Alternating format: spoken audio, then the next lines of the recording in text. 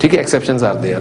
تو میں نے ان آیات میں ان تینوں کمبینیشنز جو آپ کے سامنے رکھے ہیں اس کو بھی ایکسپلین کر دیا. میں امید کرتا ہوں کہ باتیں آپ یاد رکھیں گے, ذہن میں رکھیں گے تو آپ کو ہیلپ کریں گے انشاءاللہ تعالی. اور خاص طور پہ وہ لوگ جو واقعی اس مشن کے ساتھ یہاں پر بیٹھے ہیں کہ انہوں نے یہ کام کرنا ہے, بلکہ انہوں نے کیا کرنا ہے, اپنے آپ کو پیش کریں اللہ کے سامنے کہ اللہ تعالی ہم سے کوئی کام لے لے. بات ہے اصل خواہش کی. اب خواہش کر کے تو دیکھیں کہ اللہ آپ سے اپنے دین کے لیے کوئی کام لے اور پھر اپنے کلام کے لیے کوئی کام لے. یعنی آپ ذرا تصور کریں کہ اللہ کا کلام پڑھایا جا رہا ہو, پڑھا جا رہا ہو, سمجھا جا رہا ہو, سمجھایا جا رہا ہو, تو اللہ تعالیٰ کو کتنی خوشی ہوتی ہوگی. تصور کریں ذرا. یعنی میرے نوٹس ہیں صرف کہ جب میں آپ لوگوں کو پڑھتے ہوئے دیکھتا ہوں تو مجھے ایک اندر ایک عجیب سی خوشی ہوتی ہے کہ میرے نوٹس پڑھے جا رہے ہیں. اور اللہ کی شان, یعنی عربی گرامر سیکھنے کے لیے لوگ میرے نوٹس پڑھ رہے ہیں, یا میرے نوٹس پتہ نہیں کہاں کہاں پر جا رہے ہیں. اقبال کا کلام پڑھا جاتا ہے, سیکھا جاتا ہے, باقاعدہ اس کی کلاسز لگتی ہیں کلام اقبال کے لیے. اور یہ اللہ کا کلام جو ہے وہ پڑھا جائے, سیکھا جائے, سکھایا جائے, اور پھر اس کو سیکھنے کی وجہ سے ہم اللہ کے ساتھ ایک اپنا تعلق استوار کر لیں جو ہمارا مقصد ہے, مقصد حقیقی ہے. تو اللہ سے خواہش کریں, دعا کریں کہ اللہ تعالیٰ اپنے کلام کے حوالے سے آپ سے کوئی کام لے لیں. آپ خواہش کریں گے, میرا یقین ہے, میرا ایمان ہے اس بات پہ کہ ہو نہیں سکتا کہ اللہ تعالیٰ آپ کی خواہش پوری نہ کرے. لیکن مانیے جب بھی جائزہ میں لیتا ہوں اپنا تو مجھے ہمیشہ اپنے اندر ہی کمی محسوس ہوتی ہے. نہ تو ہمیں مانگنا آتا ہے اس سے, اور نہ ہم اس کے لیے کوشش کرتے ہیں. جتنی کوشش ہم اس چیز کے لیے کرتے ہیں جو ہمارے لیے لکھ دی گئی ہے,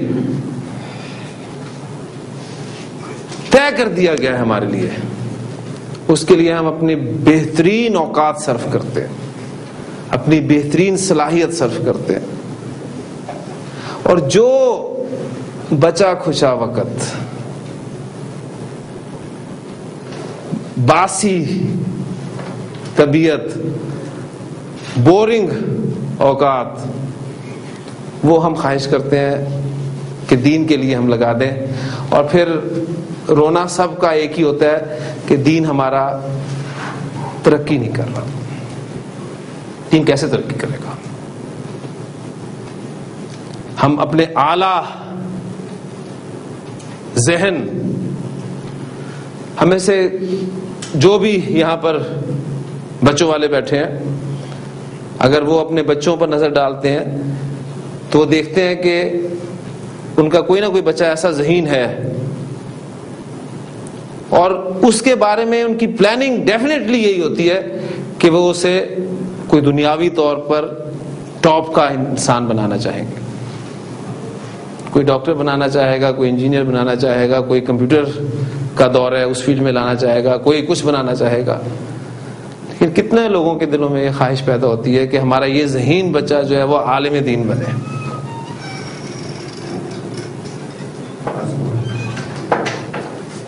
تو یہ خواہش جب تک ہم اپنے طرز عمل کو اس نہج پر نہیں لائیں گے, ذہن میں رکھیے گا ہمارا دین ترقی نہیں کرے گا, یہیں رہے گا.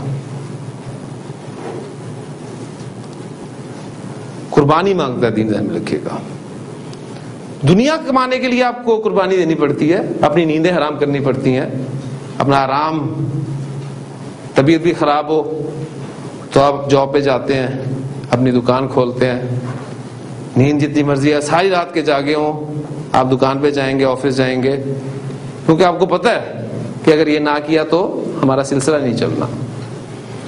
لیکن جہاں دین کا معاملہ آتا ہے ہم فوری طور پہ ریلیکسیشن جو ہے اس کو اویل کرتے ہیں کہ چلے کوئی بات نہیں, یہ کر لے.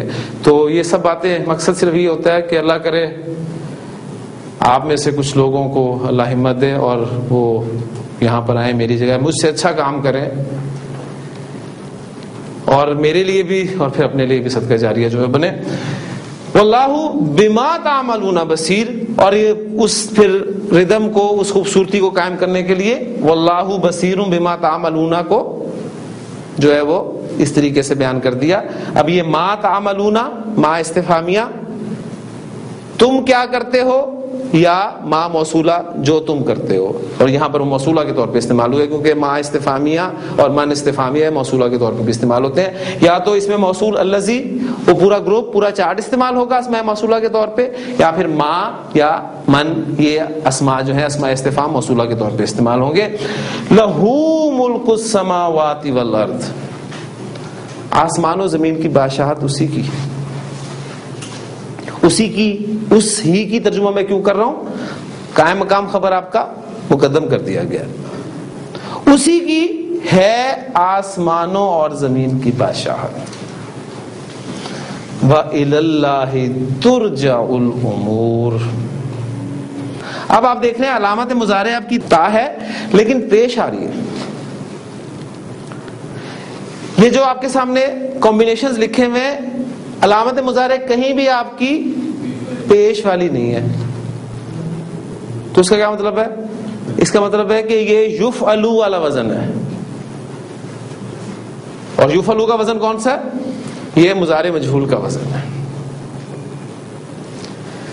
مادہ نکل جائے گا آپ کا، مادہ کلیئر ہو جاتا ہے. مادہ کیا بنتا ہے؟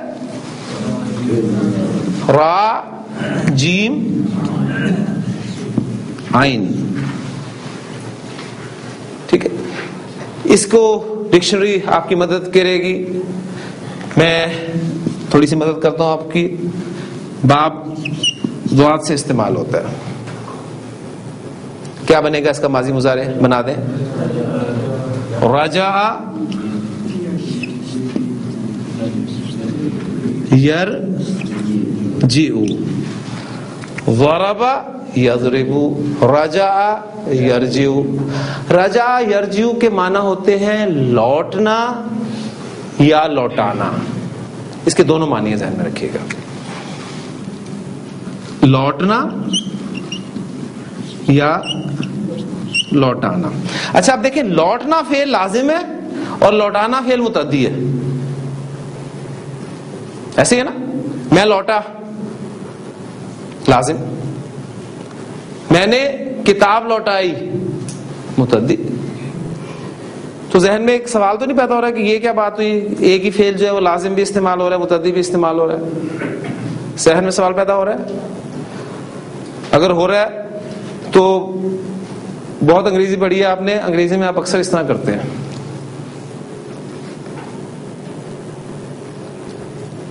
برڈز فلائی کیا ترجمہ کرتے ہیں؟ پرندے اڑتے ہیں. ٹھیک ہے. بوائز فلائی کائٹس کیا ترجمہ کرتے ہیں؟ لڑکے پتنگے اڑاتے ہیں. اب اڑتے اور اڑاتے یہ دونوں لازم اور متعدی نہیں. اڑنا ایک لازم فعل ہے، اس کے لیے بھی آپ انگریزی میں برڈ فلائی یوز کر رہے. اڑانا ایک متعدی فعل ہے، اس کے لیے بھی آپ فلائی ورڈ یوز کر رہے ہیں.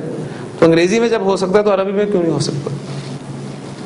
تو رجع یرجع یہ لوٹنا یا لوٹانا دونوں معنی میں استعمال ہوگا. اب پوائنٹ جو ہے نوٹ کرنے والا وہ یہ ہے کہ جو مجہول بنتا ہے وہ ہمیشہ متعدی سے بنتا ہے.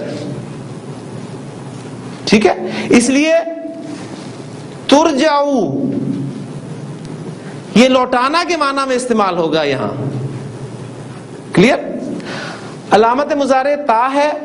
اب یہ سیغے کے اعتبار سے آپ دیکھیں، یفعلو کے وزن پہ ہم نے اس مادے کو ڈالا تو یہ یرجع، ترجع، ترجع، ارجع، نرجع اینڈ سو آن پوری گردان آپ کر سکتے ہیں. صرف ترجع کے دو جگہ پر آپ کو سیغے نظر آئیں گے. ترجع واحد مؤنث غائب کا سیغہ اور ترجع واحد مذکر حاضر کا سیغہ. ایسی ہے نا. اب فیصلہ کرنا کہ یہ واحد مؤنث غائب کا سیغہ ہے یا واحد مذکر حاضر کا سیغہ ہے وہ آپ کو پتہ چل رہا ہے الامور سے. امرن کام، اس کی جمع امورن. جمع مکسر، جمع مکسر جب استعمال ہوتی ہے غیر عاقل کی تو اس کے لیے فعل مؤنث استعمال ہوتا ہے. تو یہ ثابت ہو گیا کہ یہ آپ کا واحد مؤنث غائب کا صیغہ ہے. اور الامور کیا ہوا؟ نائب الفاعل، یعنی وَتُرْجَعُ الْأُمُورُ، اور تمام کام لوٹائے جاتے ہیں الی اللہ، اللہ کی طرف. تمام معاملات اللہ کی طرف لوٹائے جاتے ہیں. اب زور دینے کے لیے، ٹھیک ہے، یا اس خوبصورتی کو برقرار رکھنے کے لیے وَإِلَى اللَّهِ تُرْجَعُ الْأُمُورُ، اگر زور دینے کے والے ترجمہ کریں گے اور اللہ ہی کی طرف تمام کام، تمام معاملات لوٹائے جاتے ہیں. تو یہ تھی جی سورۃ الحدید کی 3 آیات. میں نے کوشش کی ہے کہ ان 3 آیات میں ہمارے جو ثلاثی مجرد کے ابواب ہیں اس کا بھی ہلکا سا ایک تعارف آپ کے سامنے آ جائے، کچھ پریکٹس آ جائے. یہ جو 3 کمبینیشنز کے حوالے سے میں نے آپ کو باتیں بتائی ہیں ان کو پلیز ذہن میں لازمی رکھیے گا. آپ دیکھیں گے کہ ہر گروپ کی کوئی نہ کوئی ایک خاصیت ہے جس وجہ سے آپ باب کو پہچان پائیں گے. یہ جو گروپ ہے آپ کا نصر ینصرو کرما یکرمو، اس گروپ میں کرما یکرمو سے ہمیشہ لازم افعال استعمال ہوتے ہیں. تو اگر کوئی فعل متعدی ہے تو ڈیفینیٹلی وہ کرما یکرمو سے نہیں ہوگا. ایک رزلٹ یہ نکل آیا. یہ جو دوسرا گروپ ہے فتح یفتح سمع اسمع، عین کلمہ زبر والا، اس میں فتح یفتح کی ایک حرف کے اعتبار سے خاصیت ہے کہ اس باب میں عین یا لام کلمہ کی جگہ پر آپ کو حروف حلقی میں سے کوئی نہ کوئی حرف ضرور ملے گا، اور ایسا 99.99% چانس ہے. وہ تھوڑی سی جو ہم نے گنجائش چھوڑی ہے وہ ایکسیپشن کے لیے چھوڑی ہے. اور جو تیسرا گروپ ہے آپ کا ضرب یضرب حسب یحسب، اس میں میکسیمم افعال آپ کے ضرب یضرب سے آتے ہیں، گنتی کے افعال ہیں جو حسب یحسب سے استعمال ہوں گے. کلیئر ہو گیا جی؟ الحمدللہ کافی اس حوالے سے کام ہو گیا. اب دیکھیں کہ اس میں یہ جو یلجو ورڈ استعمال ہوا ہے ہمارا، یا پھر یہ کنتم